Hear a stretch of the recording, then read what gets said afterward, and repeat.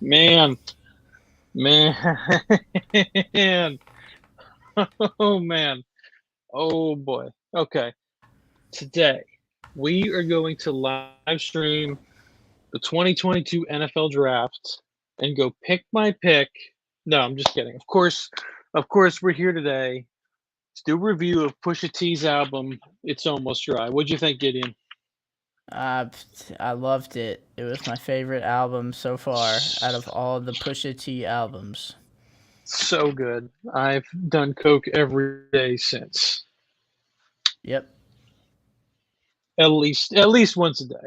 At least once a day.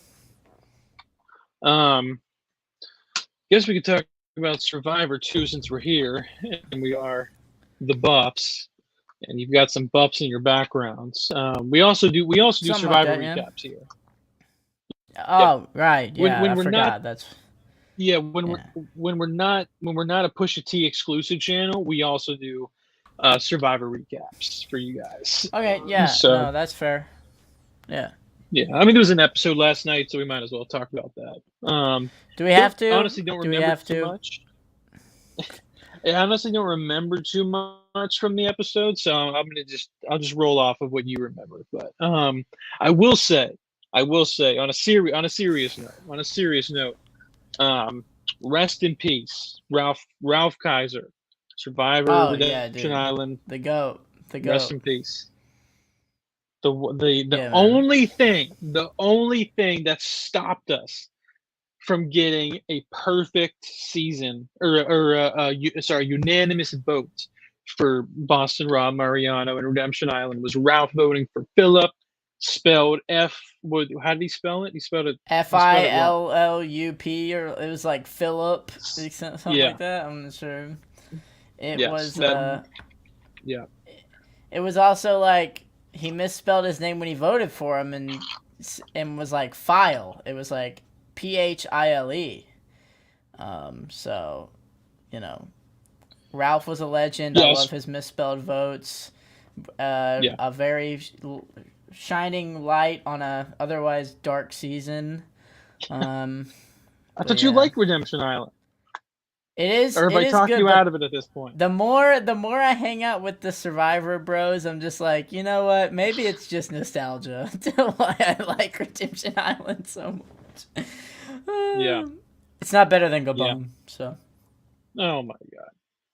Is this what this episode's about to become? about me loving Gabon. Yeah. Yeah, I mean, yeah, All right. Susie, worst runner-up of all time. worst runner up of all time ever. Yeah. Ken, he was pretty bad. Who? Ken from Millennials Gen X. Oh my God. Oh, whatever. Okay. Okay. Okay. Philip is Putting. one of the I'm sorry. best. I'm Instagramming this out to everybody right now on Oh our gosh, on did our you take a video of me saying that Kim was the worst because he's gonna have my head? that who Ken? Yeah. Yeah, I tagged him. I tagged him too. Um, Oh shoot, frick. Josh thinks Phil is worse than Susie. Josh has my back here. No, Josh doesn't have my back. Josh has your back. What the heck, Josh? Thought we were friends. Thank you, thank you. Christian's Um, like, y'all, can we just talk about the episode, please? Christian's I like, come think on, guys. It's Christian, four Christian. minutes. I mean, you know, me and Adam are just stalling because we don't want to talk about the episode. So, Christian's like, guys, come on, let's get to the minute. All I know is Hunger Games: Ballad of Songbirds and Snakes is coming out November 17th, 2023. We're getting another Hunger Games movie, guys. All right, let's talk Survivor. Okay. Um, where do we start? Where do we even start? Let's start with Romeo. I think Romeo's move. I guess this is kind of going back to the previous episode, but we didn't get it to the very end, and we didn't get the reason why. But I think Romeo throwing that boat out too high actually was a pretty good move. Um, because just like you said, High, who is a little bit of is a little bit impulsive, sort of emotionally driven, at least from what we've seen so far. um, got one vote, only vote he's ever gotten the entire season thus far, and we're like at the end stretch. Gideon is left. Gideon is out of this. He's so upset with the episode that he's just quit. He's just done. So this is a solo episode from here on out. What's his name? Romeo threw the vote out to High, according to Romeo, because he knew that High was going to react in a way that was impulsive and sort of just, was going to have like a little bit of a freak out. At least that's what Romeo says. We don't know if yes, I don't know what just happened with Gideon. He's probably going to come back. According to Romeo, he voted for High because he wanted High to have that sort of impulsive mini breakdown that he knew he was going to have, to show the rest of the tribe that, hey, this guy High, he's he's loose. He's a loose cannon. He's unpredictable. He's impulsive. He talks with his emotions. I thought, or he makes his decisions based on emotions. I think that was a good move. The question is, was that move made, or did he really think that before or after? Because as you saw in the episode, his confessional was a daytime thing, whereas High's mini freak out, I'm gonna call it a breakdown, because it wasn't that much, happened at nighttime. So it's like, okay, did Romeo just see that all happen and sort of take credit for that? I don't know. Well. Oh no. Look what the cat dragged in. Adam. Oh, okay. Okay, it's working again. What the frick? Hold on. I'm back. I was just talking about. Oh, there you go.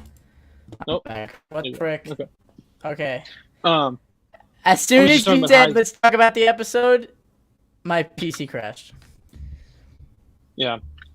Oh, good. I'm not gonna lie, you're still a little choppy, but maybe that's just because you're still connecting. So let me just go on a rant for a second here. I was just saying, Romeo's vote I thought was smart because his vote meant nothing. No matter who he voted for, the same result was going to happen. So his vote, he had some options of what to do. He threw it on High because, in his words, that High was going to react, have a mini freak out. No one else voted for High. Not only that night, but anytime. So yeah, I agree. I think that was a smart move to throw the vote on High, but did it really pan out? Like Romeo had kind of said, oh, I voted for High because I wanted everyone to see how impulsive, dramatic, and emotional he is. But it didn't seem like we didn't see any confessionals. It wasn't like we saw a Mike confessional where Mike was like, oh, High's taking that pretty harshly. Like, I don't know. What do you think of that vote? I think it was a great move by Romeo because, I mean, it's not going to do you any harm. High already doesn't want to work with you. Right. So if you throw a vote towards the person that you perceive as being the person in power, it does shake them up a little bit and makes them realize they're not invincible, and maybe makes them start distrusting other people in the alliance. Like, Romeo didn't go home, so obviously he had a plan and it worked out. It was a big episode. Right. Yeah, and honestly, like, the challenge started so quick into this episode. The only other thing we saw pre-challenge was the making of the now iconic all-male alliance. Yes. I think Peridium coined the term already on his Twitter. The Black Widow Brogade is what we're calling it from here on out. Right. Even though the founder of it was the next person to be voted out. So We'll get to that. We'll get to that. There's definitely some. We might talk about tribal council a little bit toward the end of this recap here. I don't know if we'll get to not too much tribal council stuff this episode, but okay. Mm-hmm. Yeah. So Roxroy started with air quotes an all male alliance, and on one hand, I love that Roxroy's finally playing the game. I mean, yes, he smashed the hourglass, but that was just because of Rox, and then anybody who's not completely insane would have smashed the hourglass. So it's not like he did anything crazy or bold. But even though I don't necessarily like the moves he made this episode, obviously led to him being voted out. I did like to see like, oh, okay, cool, Roxroy is playing, because this season has players. You know what I mean? Like Jonathan is playing. You can argue whether they're playing good or bad, but like Jonathan is playing, Drea is playing,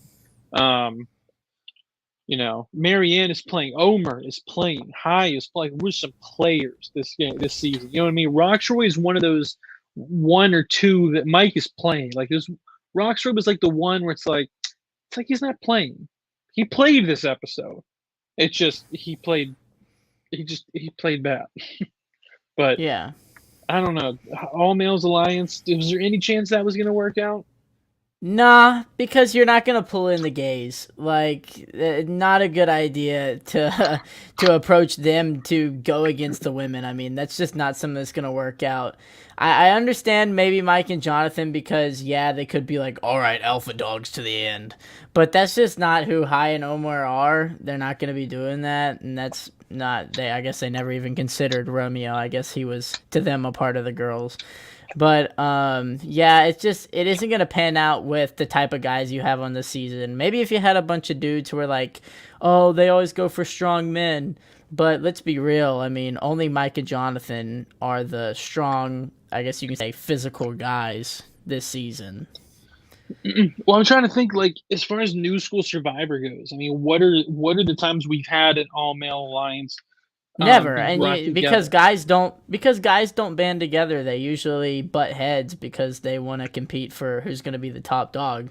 Women, they band together. I mean, you have women's alliances all the time, and it's right.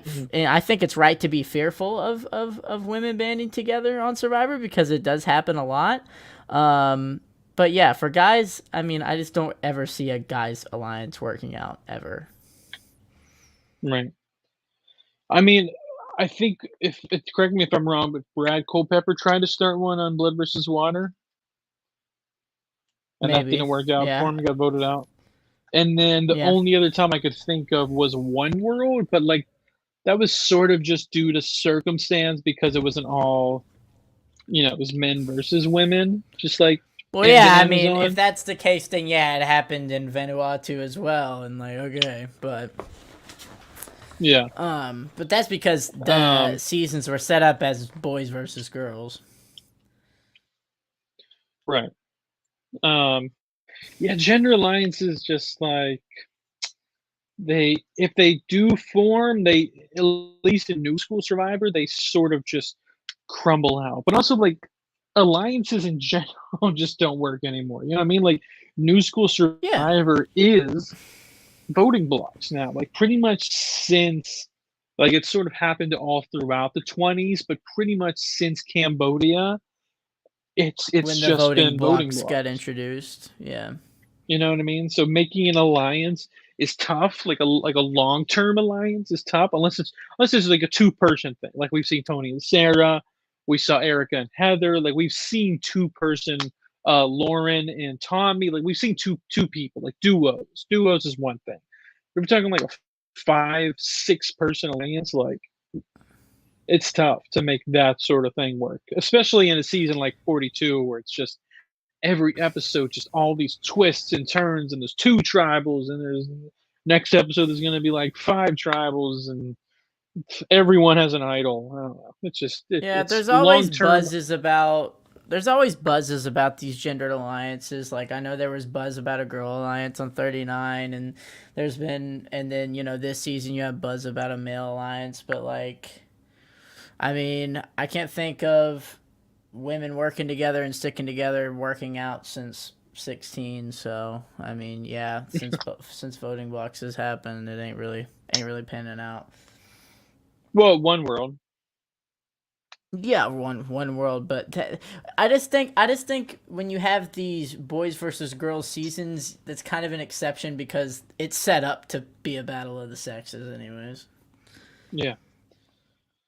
Um. Yeah. I mean, yeah.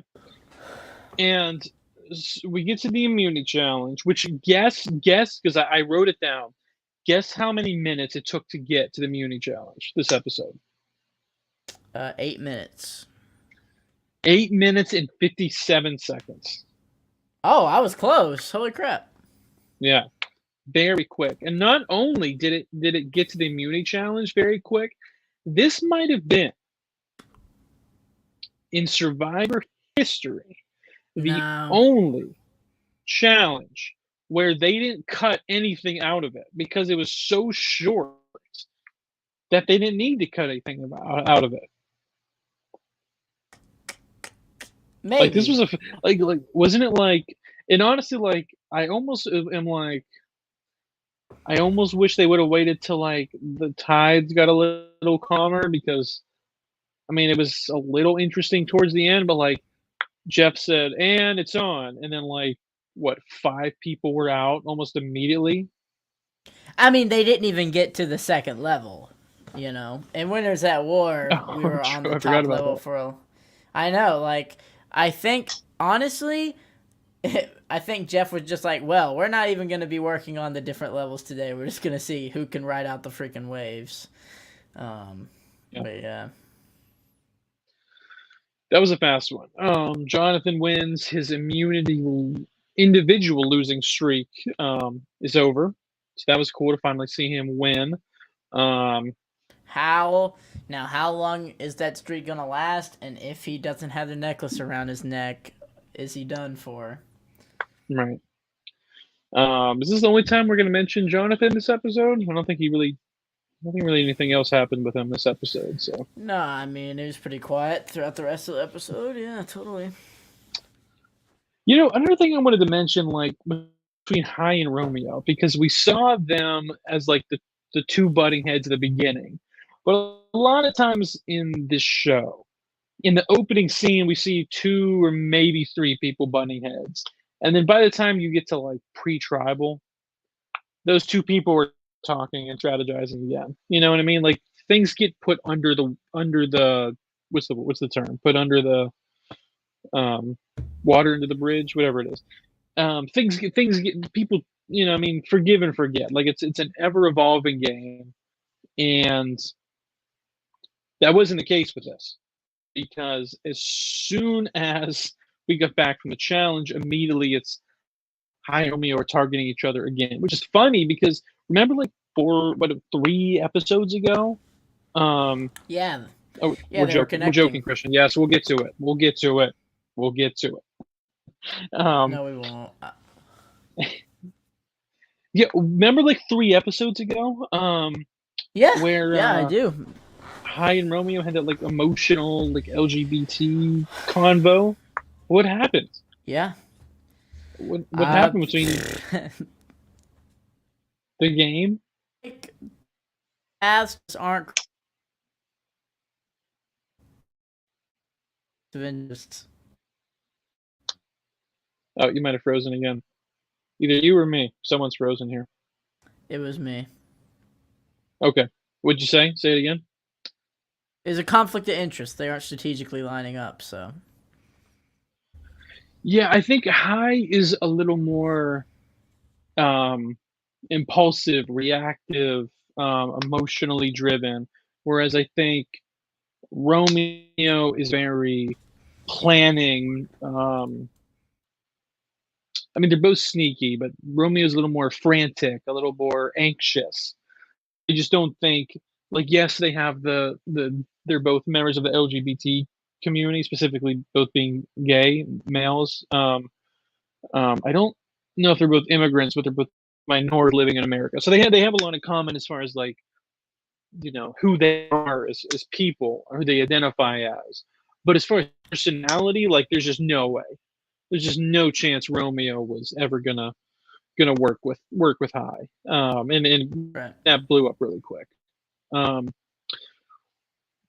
it's funny because the juxtaposition between the franticness of um, Romeo and how much the vote keeps changing, the juxtaposition between that and Mike, because like Mike, like say what you want about Mike, but like the one thing is, man, that guy really sticks to his guns. Yeah, he And does maybe this was the not one episode where he didn't. But he does not like sticking like he does not like changing his vote at all, and he was clearly pained voting for Roxroy this time. Clearly did not want to do this, but was forced to because the two other members of his alliance, and the two only real members of his alliance, because he was aware that Roxroy is on the outs. Those were the people that were convincing him to do it. He had no other choice than to go with the vote, which respect to right, Mike for being in such a good social position that they would tell them that they're changing the vote. So they clearly still want to work with Mike, but he did not want to get Roxroy out. no. Well, the other thing too is not only is Mike like he maybe he did change his vote this episode, but almost pretty much every other episode he has been very stick to the guns. He knows who he wants to vote, and if everybody doesn't want to vote that person, he will convince them all. Like he is very that. What's crazy is most people that are that way um are labeled as unpredictable, or like no one wants to work with them because it's like, oh, how am I Mm-hmm. ever going to work with this guy? He's so headstrong. He's so like he's like Ken. It's funny that Yes. we brought up Ken multiple times in this episode, but he's like Ken from Millennials and Gen X. Like at every time the challenge was over, Ken knew who he was going to vote for, and there was no change in his mind. And everyone was so frustrated by that. Whereas when Mike does it, he does it in a way that everyone's like, "Oh, you don't want to go with the plan? Oh, okay, no problem. That makes sense." It's just like everyone it doesn't want to like. It's like Mike can do no wrong. I don't know. It's just like I said last episode. I think Mike is playing a top 10 all-time social game in this He is season. playing a really good game, and that's why I was impressed with him even this episode, because they still want to work with him, and and even High said it. I don't want to do this without Mike's blessing. Yeah. Okay. So move to the other. So it's funny because that tribe was very straightforward. The plan was Romeo, but due to Roxroy wanting to, I guess, be misogynistic and make an all male alliance, it sort of put him, on the outs. What's funny is the other tribe, or the other, I guess temp tribe. Jonathan, man, really dropped the ball. He talks to Drea, and he wants Drea out, which is smart. If I was Jonathan, the one person I would want out is Drea, because you don't want Marianne out, because she's in your alliance and is an idol that you could potentially use, or could be used for you. You can't vote Lindsay out. The only other person that makes sense is Tori, but like at this point, even if Tori somehow sneaks to the end, like is she really going to get any votes? Unless she goes on like an immunity tear. But like Drea is the obvious vote out, and this is without Jonathan realizing that she has more toys than anyone in the history of the show. Okay, so he wants Drea out. That's smart, and he's going to tell Drea that he wants someone else out. That's also smart. The only thing he could do to ruin it would be to tell Drea that he wants Mariana. And the reason why is, like Lindsay says, Marianne has an idol. If you tell Drea you want Marianne out, who's Jonathan's alliance member, the only reason, and Marianne hasn't done anything sneaky, hasn't been manipulative, she's been a very straightforward player, albeit outspoken and extroverted and all that. The only thing Marianne has that you would want to vote her out is the idol. And if you tell Drea, hey, we're targeting people with idols, Drea's gonna be like, well, I have an idol. Yeah, I did not understand why he didn't just say Tori, Tori. because he doesn't like Tori. She doesn't like Tori. So why put it on Marianne? I didn't understand that. I really think he should have talked to Lindsay before he said anything. Right. And he could have. I mean, it was edited to look like he didn't, but maybe he did. I don't know. It's, you never truly There's know, no way Lindsay would have gone for that dude. There's just no way. Yeah. Well, I will say I'm also surprised that Marianne told Tori. That surprised me. That Marianne told, because it's 5 people. All you need is 3. If they want Drea, you have Lindsay, Marianne, and Jonathan. That's 3. Why? And Tori's not in their alliance. They've never worked with Tori. She's on the bottom. Why did Marianne have to tell her, oh, we're targeting Drea? I mean, Oh, did I think anything? she was just pissed. I think she was just pissed off that she was getting the vote, that she was getting the other vote from Drea. No, Because if you're Drea right. plays the idol, then you go home. Yeah, no, you're right. You're right. But I still don't get why. I get why Marianne was upset. I don't get why Marianne told Tori, because she, in doing so, she kind of, in a weird way, like turned her back on the people who have been her day ones.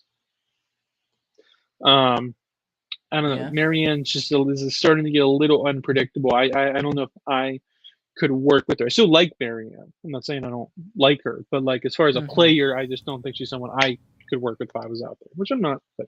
But yes, would have, in my opinion, and I think most people's opinion, would have totally been smarter for Jonathan to suggest Tori, because not only is she at the bottom, but she's also a huge challenge threat. She's 2 for 2. Was 2 for 2 prior to today. Right. Yeah. So it's if he went to Dre and was like, hey, we're targeting Tori. He has the fact that Dre doesn't like Tori, the fact that Tori's at the bottom, and the fact that Tori is a challenge threat. So it's like, why did he tell Dre we're targeting Marianne? It so did not make sense to me. And I guess at the end of the day, Tori ended up going home. So it's not like Jonathan lost an alliance member, but He I don't know. definitely But has now, lost. Sorry. He definitely has lost. I don't know how that relationship's gonna be with Drea when they get back to camp. You know. well, the one thing I will say is, did Jonathan definitely know that Drea had an idol? I know he knew Marianne had an idol, but did he Oh, know he that knew Drea had he one? knew Drea. Yeah. He knew. Okay, okay. Well, then, yeah, I had no clue. And Lindsay made total sense. Like everything Lindsay said, like Lindsay, if you're listening to this, I have your back, yo. Like everything she said made total sense. I think Jonathan's ego was getting the better of him, but she's right. Not only in the sense of why did you tell Drea to vote for Marianne, but also Jonathan said, "Oh, we can't tell her Tori because Tori would, or sorry, we can't tell Tori that we're targeting Drea because Tori would tell Drea," which to me is like, what is he talking about? Because why would Tori tell Drea? Because not only does she not like Drea, but if if if they do that, then they'll have to probably switch their vote to Tori. Because if Tori Right. warns Drea, oh, they're gunning for you, what's Drea gonna do? Play an idol. She's gonna play her idol. And then who's going home? Tori. So why would Tori tell Drea? And Lindsay was making was spitting facts. I'll speak Gen Z for a second here. She was spitting facts. Am I saying it right? That's right. You are speaking like the Gen Zers. Exactly. And Jonathan was just like, I don't. If Jonathan comes on the show, we have to ask why not tell Tori, and why not tell Drea to vote for Tori instead of Marianne? It just, it we'll get to our MVP later, but I'll tell you my LVP is Jonathan, and that's not even getting to the tribal challenge, the tribal council debacle. LVP, least valuable player, is Jonathan, and that's with him winning an individual immunity. Still had the worst episode, in my opinion. His stock is way down. I agree. Yeah, just a terrible day strategically. Even if you just took all the social aspects out of it, if you just look at how he played strategically, it just made no sense. I think the way he was playing before was smart, letting other people be the brain shield. Like, and I thought him saying he's using a brain shield was him self-admitting that he doesn't have a lot of brains. Not saying no, but saying he can't do some strategic heavy lifting like Lindsay and Homer can. Right. And that was it. I mean, that was all we got, was that little thing with Romeo and Roxroy with the All Male Alliance, and then freaking the challenge, and then what we just said, and that was it. I mean, we went to tribal council so quick in this episode. I didn't write down how fast we got to tribal, but sorry, keep trying to find a good angle. I got the Rolling Stones in the back. Don't think I could even tell you 5 Rolling Stones songs. Let's see, we got Give Me Shelter, Satisfaction, Paint It Black, Start Me Up. That's all I can think of. Okay. Yeah. Anyway, There you go. I'll be back in my studio next week. Yeah, travel so quick. I was kind of hoping for crazy travel. We got it. You got it.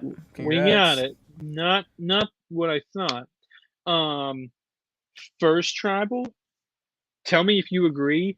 As soon as Roxroy answered his first question, I was like, Roxroy's going home. I didn't text you because I actually didn't watch. I actually didn't watch the episode till like late, and I think not until like midnight. Yeah, I knew this. I knew. I mean, he said too many times, "Oh, we have a plan. We're locked in. We're good. Everything's good." I'm like, he's going home tonight. Yeah. The whole episode, I was like, this is all, like, ever since the first minute, I was like, this is looking for a Roxroy blindside. And that's exactly what happened. And once again, who controlled the vote? Omer. From what we saw, he convinced High. High convinced Mike. I know Mike was like, no, not voting Roxroy. I'm not doing it. I'm not doing it. No, it's not the plan. But at the end of the day, he did it. And it was all because Omer, I mean, High didn't say we should go against Rock. High didn't lead the charge. Omer led the charge. For like the 3rd week in a row, there was a set plan. And then Omer was like, I want this guy to go. And then like 3 minutes of manipulating, and then bam, that person goes. So Omer controlling the vote for the 3rd in a row. In my opinion, he's playing easily the best strategic game. I mean, like, it's funny because I think like Omer is the strategic king of the season. Jonathan, challenge piece of the season, and then Mike, social game. If that's the final 3, that's the greatest final 3 of all time. Yeah.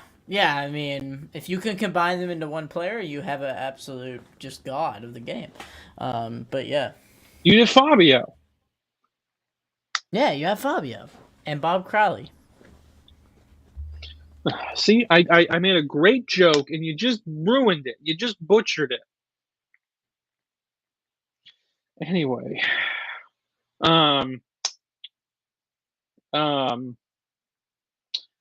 one thing I loved was the reactions to them seeing Roxroy. That was cool. And I like the silence too. It wasn't like or like there was no music. It was just like the reactions, like that was cool. I did like how they edited that. It felt like the build up to something good. And then it cuts to Drea, like clearly contemplating. And in my minds, the whole thing was like, oh, Roxroy's going home. He's from my tribe. He was like not like a tight ally, but I was working with him. We voted together every time. He's gone. Oh, maybe I should play my idol. To me, that's all that was going to happen at trial. I did not think it was going to get I'm gonna be honest. to where it did. I'm gonna be honest. My mind did go there. When the camera went to Drea, I was like, I don't know what Drea's thinking, but I'm thinking, holy crap, we're about to have 3 black people on the jury, back to back to back.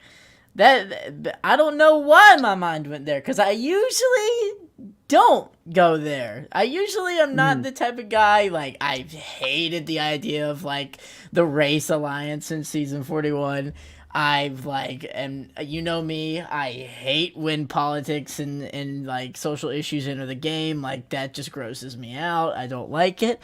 But for some reason in this tribal, I was like, okay, we're like, oh, this is this is weird. Like, if Drea goes home, this is not a good look. Like, somebody's gonna say something on Twitter. I don't know.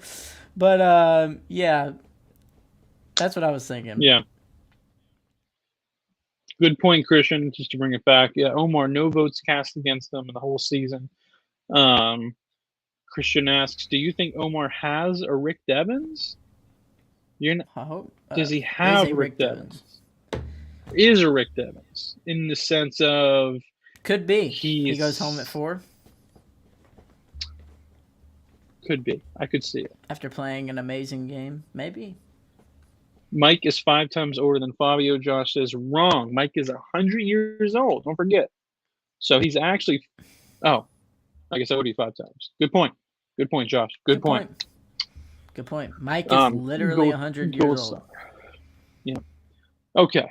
So here we are, guys. Here's the part you've all been anxiously waiting for 36 minutes and 45 seconds to. The Tribal Council, number 2. Okay. Do you want to touch on it first, or do you want me to go first? I'll go first if you don't. I can go first, I suppose. Okay. Careful. Yeah, I know. I have to be careful.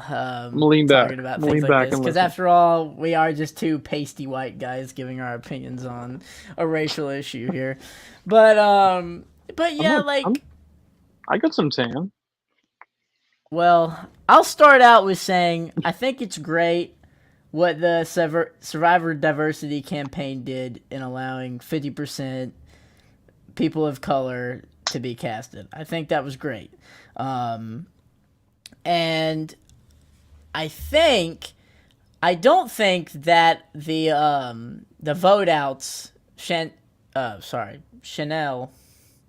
right? And Roxroy were racially motivated. I don't think that was the case at all. But I can sort of understand where Drea was coming from. Obviously, I don't have an experience as a black woman. But I can sort of understand her being like, okay, like, wow, there's 2 black people on the jury. That's not good. Maybe I'm in trouble. And she was in trouble, to be fair. And I don't know if it was a strategic move from Dre to just be like, oh, you're targeting me because I'm black. I'm not sure it was strategic, but it ended up working out in her favor anyways, because she didn't end up going home. She probably could have ended up just not playing her idol had Jeff not called the bluff and been like, okay, well, if you're going to say that you're using race, that you're being racially targeted, and you guys are going to play your idols so you didn't get here because of race, then go ahead and hand them to me. I did like that. But I obviously don't think Jonathan's a racist. Don't think Lindsay's a racist or anything with their votes, and if they were even going to send Drea home, which I don't know about you, I don't think we're going to send Drea home. I think it probably would have ended up being Tori anyways. Yeah. But I wasn't the biggest fan of them bringing that into it. I think if I was Drea, I would have just shut my mouth and played my idol and just owned him that way. Like, that would have been just completely owned by Drea. But I support her speaking her piece, and I support Marianne speaking her piece, and they got it out and did their thing, and they aren't going home. So good for them. Here's why you're wrong. No, I'm just kidding. Yeah, no, what I will say is like I'm not upset with Drea, and I definitely don't think like her stock has fallen. I mean, she lost her idol, so like I guess She lost her idol, technically but she still has 3 other advantages, so good for her. one being a potential idol, and one Yes. being she could steal Mike's idol if she wanted to. I don't think she'll do that, but yeah. No, maybe. Um, but I similar to you, I'm not upset with Drea's emotional response because at the end of the day, you can't really be mad at someone's emotional response because they're not in control of that. You can't control what Right. your, emotional response to something is. And you Right. also can't really judge like, oh, that shouldn't have been your most response. It's like, oh, what do you want me to do about it? It's like being mad that someone got sick. It's like, well, I got sick. Like, what do you want me to do? The and like I'm not mad at Drea for speaking her piece. The only thing that I was like, well, the first thing Drea said was she didn't expect to see Chanel and Roxroy on the jury so soon. She said that word for word. I wrote it down. Didn't She voted expect, out Chanel. but Okay. she voted Chanel, and I get it. Okay, if she didn't lead the charge against Chanel, she wasn't rivals with Chanel. Everybody wanted to vote Chanel out, including what 3 other black contestants. Yes. And for her to be like, no, I'm not going to go along with you guys, that would have been like, okay, well, then you're on the outs. So I get it. She went along. But according to her words, she didn't expect to see Chanel on the jury, but she voted for Chanel. So to me, that doesn't really make sense. Maybe she, maybe she was in a heightened state and her words weren't exactly what she was feeling. The of every point that was made by Dre, I'll get to Marianne too, by Drea. I'm honestly like I'm totally fine. Like whatever she said, like fine, whatever. The only thing that I'm like not angry at, I'm not mad, I'm not upset or frustrated. But the only thing that like I was like a little, I guess, taken aback by was her saying on multiple accounts that black contestants get voted out, boom, boom, boom. And she said at some point in the game, meaning she's clearly alluding to like post merge. Okay. So I was like, really? Has that happened? So me being the research god I am, went by season to check if that was true. Um, in All Stars, you had Alicia then Sheehan get voted out back to back post merge, but only one of them was black. Sheehan is Asian. Cook Islands I didn't want to look at because like that whole cast was almost entirely minorities. But I looked at it just in case, and at no point in Cook Islands were 2 black people voted out back to back. In Fiji, no black people were voted out back to back. There were minorities voted out back to back once or twice, but 12 out of 19 of the contestants from that season were minorities. So in Gabon, you had Crystal and Ken, but like only one of them was black. The first time that it truly happens where 2 black people were voted out back to back Was was it Token Blood Sheens. versus Brawn? Oh, okay. Token Sheens. Hmm. Token Sheens. It was Candace and Jerry, but they were the Okay. first 2. They were the first 2. There wasn't post merge. Drea said after a certain point at merge, so can't really count that. So yeah, Cagayan, Bryce, Jatia, and Cliff were back to back to And back. then But Island of the Idols, right? but Oh. Jatia, Cliff, and Bryce were all in different tribes. So it wasn't like, what I mean? And that was pre-merge. So that still doesn't back Drea's claim. She said always. She said this always happens. I wrote it down so I would make sure that I got. She said it always happens that black contestants get voted out. Boom, boom, boom. After merge.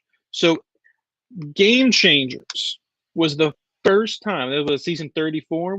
It took 34 seasons for 2 black people to be voted out back to back. Michaela and Sari were voted out back to back. Oh, Ugh. Still breaks my heart thinking about Cerie's vote out.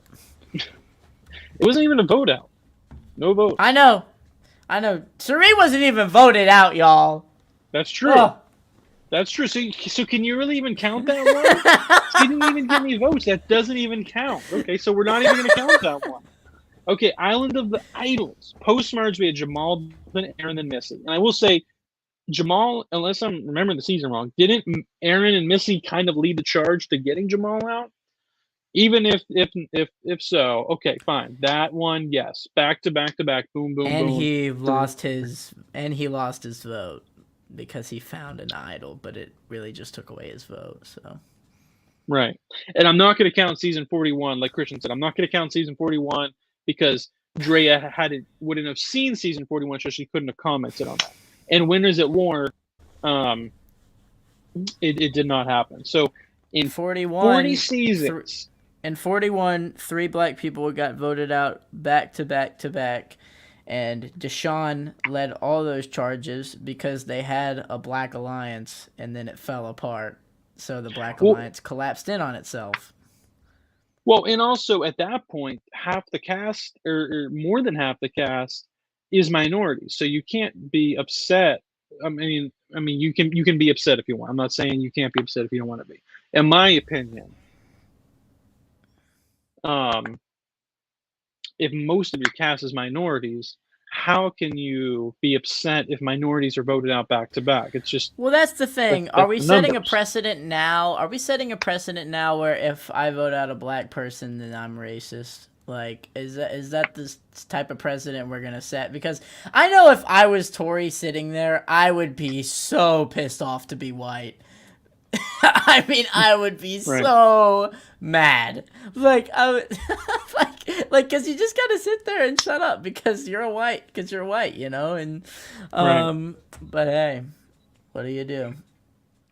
Well, anyway, so yeah, no, I agree. But like, yeah, Drea, it's just like at the end of the day, whatever her response was, whatever she was feeling, if she was scared, frustrated, you know what I mean? Like if that was her reaction, you know what I mean? And I don't think she was aggressive, by the way. I do think that was another thing that put Jonathan down. I don't think that, in my opinion, from what we saw, and of course we didn't see everything. That was probably like a 2 hour long tribal, maybe even more. We saw what 10 minutes. From what we saw, she wasn't being aggressive. No, she wouldn't be aggressive. But all I'm saying is the one thing Drea said, she said, this always happens. Black people get voted out, boom, boom, boom, after merge. And in the season that in 40 seasons of Survivor, that has only happened one time. So that's all I'm saying. But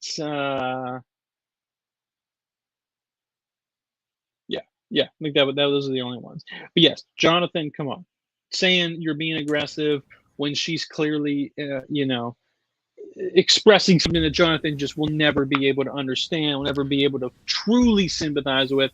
To say, hey, why are you so angry? Why are you being mad? That wasn't a great comment. No. That he made. What do you think? You agree with that, or? Yeah, I think Jonathan should have been quiet and let her talk. And I mean, come on, Jonathan. Like, you know, the last thing to do when somebody is talking about race is to call them aggressive and you know, defensive. Like, Yeah, it's not a good look. Right. Okay. So here's the other thing of the three things that had me a little flustered. That was the first one. Second thing, I and I'm not saying it was a dumb move. I'm not saying it was a dumb move, that she was a bad player, that, what the heck are you doing? You're not a good survivor. I'm not saying that. I'm just saying from what we saw, I have absolutely no idea why Marianne played her idol. I have no clue. Do you? No. Okay. Well, when we get her on the show, we now have, as we keep all the questions we want to ask for our post game interviews. Marianne has 3 now. 1 is, did you ever finish Tocantins? 2 was, she kept saying, "Wow, am I the only one that's found an idol?" We wanted to ask, did you ever think maybe people weren't like found the idol and weren't saying the phrase? And now we have to ask why. Why did she play that? She said it was because she did explain why. She said it was because she wanted to guarantee that no black that the jury wouldn't be 3 black people in a row. But in my opinion,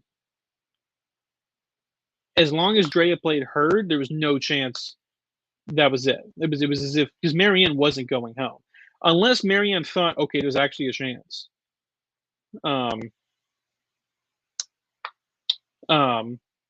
That she was going home. Gideon, man. This internet, man. This internet. You lost me. I'm back.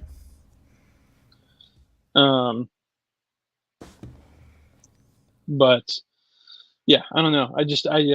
I'm not saying, oh, Marianne is dumb. Marianne made a bad move. She's worst idol play. I'm not saying that. I'm just saying I didn't understand, and she explained it, and I rewinded it. Like I rewatched that tribal like literally 5 times. Mainly, the main reason was just to understand why Marianne played her idol. And it was apparently, so nobody can say that the only reason she survived the vote was because of the color of her skin. Well, see, that's the thing. I'm saying if she was in trouble, then I get it. If there was even a remote chance that she was in trouble, but let's be honest, there was no chance Marianne was going to go home. Whether Drea played her idol or not, there was no way. I know. I wouldn't have played it if I was Marianne, personally. But maybe she was just scared of the responses that would happen back at home when it aired. Right. That's the only thing that in my mind, that is the reason that she played the idol, because, you know, she's Gen Z, so she knows how toxic social media is. And that's got to be the only reason. Yeah. Okay. Other thing. Why did Lindsay not play her shot in the dark? I was confused at that too, because could Lindsay have gotten up and just said, "Can I play mine too?" Or was she just not given the opportunity because Tori asked first, and Tori didn't decided first? I mean, she said it first. That's because Jeff basically forced her into playing it.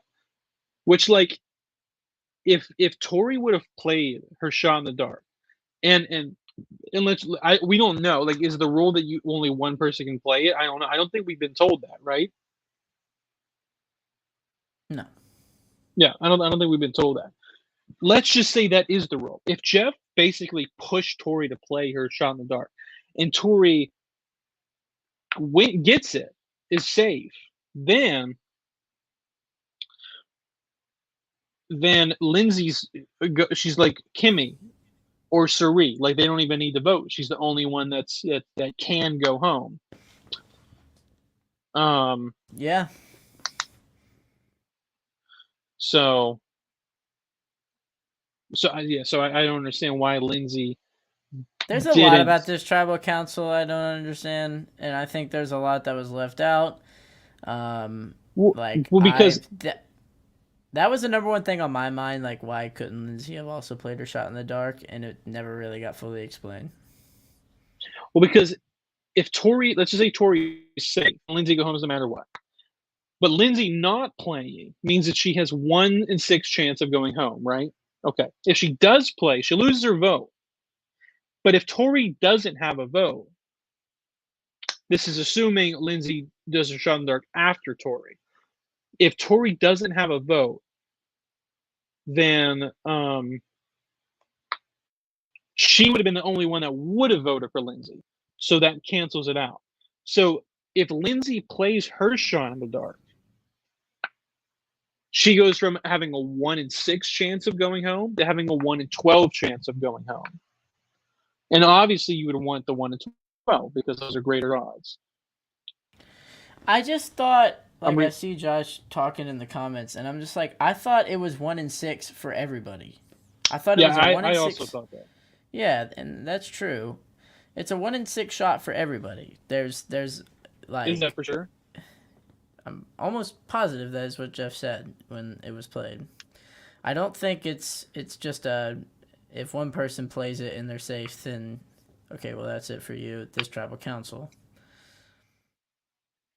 Yeah. Yeah, I don't know. I really don't remember. And he really didn't explain the shot in the dark as well this season. He did most of the explaining last season. And I'm also gonna give some credit here to Phil from the Survivor Specialist, because he brought this point up in his post game reaction, post episode reaction was, him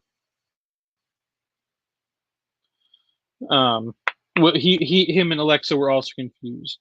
So maybe Josh is right. I'm not saying Josh, you're wrong. I'm just I don't know. I thought it was everybody rolls and you have a 1 in 6 chance. I don't know. If you're right, then Jeff is doing a bad job at explaining it. Because the point being, can we just get rid of the shot in the dark?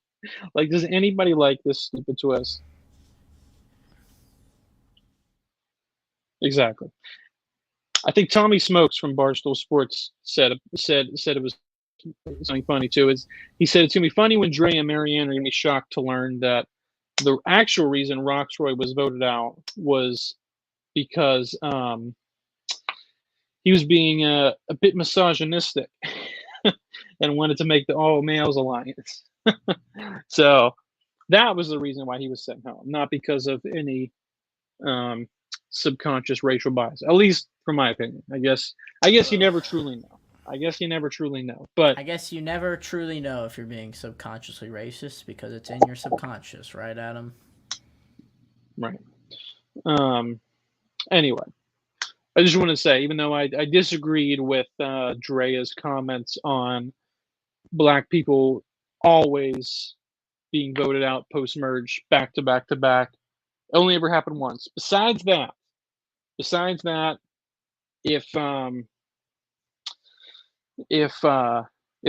everything else, if that was her emotional response, if she was scared, if she was threatened, felt threatened, if she was angry, then that's that. I can't really be mad at that. And I am impressed, because I'm sure that being in the position that Drea and Marianne were in, to speak up, whether you agree with, even if you don't agree with what they said when they spoke up, which I'm not saying I disagree. I'm saying even if you disagree, you have to at least admit that, like, that took some bravery to do that, and to play the idol too, because they, at the end of the day, let's not forget, we're playing for $1 million here. You're playing to be a winner in the hardest game in the world. Like, and the fact that they were willing to give up their idols, especially Marianne, even though she knew she was safe, just for something she believed in, that definitely was impressive. And I don't know if I could have done that. But okay, bring up the fantasy teams. Let's talk about something a little more fun. Will do, Chief. I had a bad week. Right. What did I have? Yeah, I had Roxroy and Tori, who were my 2 last picks. I didn't think they were going to go far. And I will give credit to you. You did predict that Roxroy. Actually, I think you said Roxroy and Tori last week, no? Yeah, I'm a genius, but it's okay. Not everybody sees it. Right. Yeah, Chanel was your winner pick. Yeah, you're a genius. Yeah, you definitely got it right last episode. I said Romeo and High. I said 2. I said an expected one. Yeah, And I thought that was a little. I thought that was a little out there to guess Romeo and High. I thought one person would be blindsided. It just so happened to be Rocksroy. Yeah, how about the power play? Like, imagine this. Imagine this. Lindsay and Romeo are the next two. The final six are High, Marianne, Omer, Drea, Mike, and Jonathan. Is that the most stacked final six we've ever seen? If that's it, at least from a Yeah. newbie season. From a newbie season. I mean, we're getting pretty close to being really stacked already. Yeah. Yeah. Yeah. And I don't think Lindsay's a bad player. It's just she's just invisible in the edit. I think she's She had a smart. good episode this time, though. MVP though, I mean, let's just do process of elimination, okay? High, like he wanted Romeo, that didn't happen. Marianne, I'm not going to give her MVP. I'm not going to give Drea MVP because if she hadn't played her idol, and this is from a game standpoint, Drea hadn't played her idol, she was going to go home. Mike wanted Romeo, same thing with High, Romeo, right? Yeah. Lindsay, I mean, Jonathan had an awful episode. Lindsay, I guess, had like, a good episode. But let's be honest. I mean, Omer, again, like it's just no matter what the tribe wants. For the third week in a row, the person that goes home is the person that Omer wants to go home. And yet Omer's no a freaking one G. sees him as a threat. Like to me, Omer, again, MVP of the episode. Omer takes the cake, bro. 100%. I mean, awesome gameplay today. Redirecting the vote. He has his roots in literally everyone, even Romeo. Right. He literally has a deep alliance with every single person. Right now, I don't see how Omer doesn't win, but we'll see. He doesn't win if he loses the fire challenge. Yeah. And that might be the only thing stopping him. Yeah. So, yeah, if I had to guess, last week I said if I had to guess who wins, it was Mike. I'm still gonna say Mike. I'm still thinking. I'm thinking. Pretty sure I said Omer last time, and I think I'm gonna stick with that you too. did. Yeah. I'm thinking Omer's 4. Oh, I forgot about the freaking do or die twist. I would be absolutely thrilled if Mike won. I mean, I don't think I would be mad if anybody here won. Maybe besides Lindsay, just because they're not giving us anything. I don't hate her, but they're not giving us anything. I like Lindsay. Yeah. I don't really see a path for Marianne winning TBH or Romeo. So, but Jonathan. who knows? Jonathan's not winning. Jonathan ain't taking it, bro. Yeah. To me, it's Omer, Drea, or Mike. Okay. Yeah. Yeah. I mean, I can see a path where Marianne wins. I think I'm a little bigger on Marianne than you. I think if Marianne makes the final 3, she has a great chance. But she hasn't really made any moves. Right. But she is a good. Yeah. No, maybe you're right. I don't know. But she has a great story. Right. No, if I had to guess, I think Omer's the fourth place. Probably Lindsay is like the no vote final 3, and then maybe like High and Mike, or Jonathan and Mike. Jonathan getting like a vote. Mm-hmm. Yeah, that's my pick. But I could see Omer winning. I could see High winning. I could see Drea winning. I mean, if Drea makes it to the end, like she's got moves, and I think unless she gets like totally blindsided next week, like, and the only thing is High and Lindsay are still there, so I don't think anybody's gonna get the amulet because doesn't it like not active after, or it's only active for final 6 and final 5, right? Pretty sure, yeah. I'd be surprised if between High, Drea, and Lindsay, only one of them was left by Final Five. I'd be surprised, but you never know. You never know. But all right. Do you have any closing thoughts, or I you have dipping? nothing else to say. Very blunt. All right, cool. Well, guys, hey, if you guys are in New York or in the area, come check us out. Just go to Wendell's Twitter. We're going to be at that thing. We're going to be at that thing. That's right. Sister Nina's going to be there. I think it's sold out, but just sneak in somehow, or just say you're with us, because we get in everywhere, because we're just the coolest guys in town. Yeah, that's what I'm. Yeah, we're pretty cool. We're pretty cool. Unless it's a place that doesn't allow people under 21 in, then I can't go. But right. Guys, subscribe, like this. It's going to help us with the YouTube algorithm and would mean so much. Thanks for sticking with us. Check out our Insta, Facebook, Twitter, TikTok, Discord. All of that's in the description. That's it. Peace and love. Stay thirsty, my friends.